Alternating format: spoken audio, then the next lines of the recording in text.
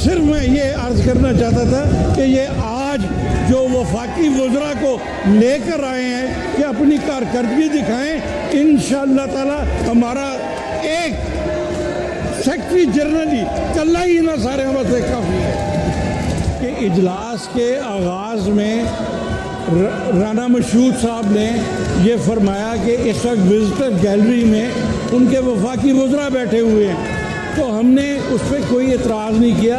मैं आपसे गुजारिश करना चाहता था कि मेहमानों की गैलरी में पाकिस्तान तहरीक इंसाफ के सेक्रेटरी जनरल असद उमर साहब बैठे हुए हैं, हम उनको वेलकम करते हैं और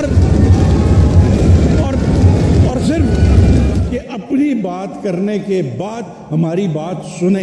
अगर वो हमारी बात नहीं सुनेंगे हम उन्हें बात नहीं करने देंगे, हम बात नहीं करने देंगे। पहले ये कमिटमेंट दी जाए कि हमारी बात सुनी जाएगी। जी, एतमाद के वोट का ताल्लुक है तो मैं समझता हूँ कि मुझे इस बात पर कतई तौर पर कोई परेशानी नहीं है, इसलिए कि गुज़श्ता 6 महीने से जो भी इवेंट्स हुए हैं अदालतों के हवाले से, अल्लाह ताला के फजल करम से इनकी जो लीगल टीम है उसने मास आए इनका मुंह काला करवाने के कोई दूसरा काम। जनाब स्पीकर, ये वही लोग हैं कि जिन्होंने हमजा को वज़ीर आला बनाया पुलिस के ज़रिए। अदालत ने बाकायदा उस वज़ीर आला के मुतल्लिक़ फैसला दिया कि ये शख्स अपने नाम के साथ साबका वज़ीर आला भी नहीं लिख सकता। तो इनकी कानूनी सोच जो है वो तो ये है, लेकिन चूँकि ये मामला अदालत में ज़ेर समाअत है, मेरी इस्तदा होगी कि इसके अलावा पॉलिटिकल सिचुएशन पे ये बात करें। जब एतमाद लेने का वक्त आया इंशाअल्लाह ताला, हम पहले भी इनसे जीते थे, आइंदा भी इनसे जीतेंगे इंशाअल्लाह ताला।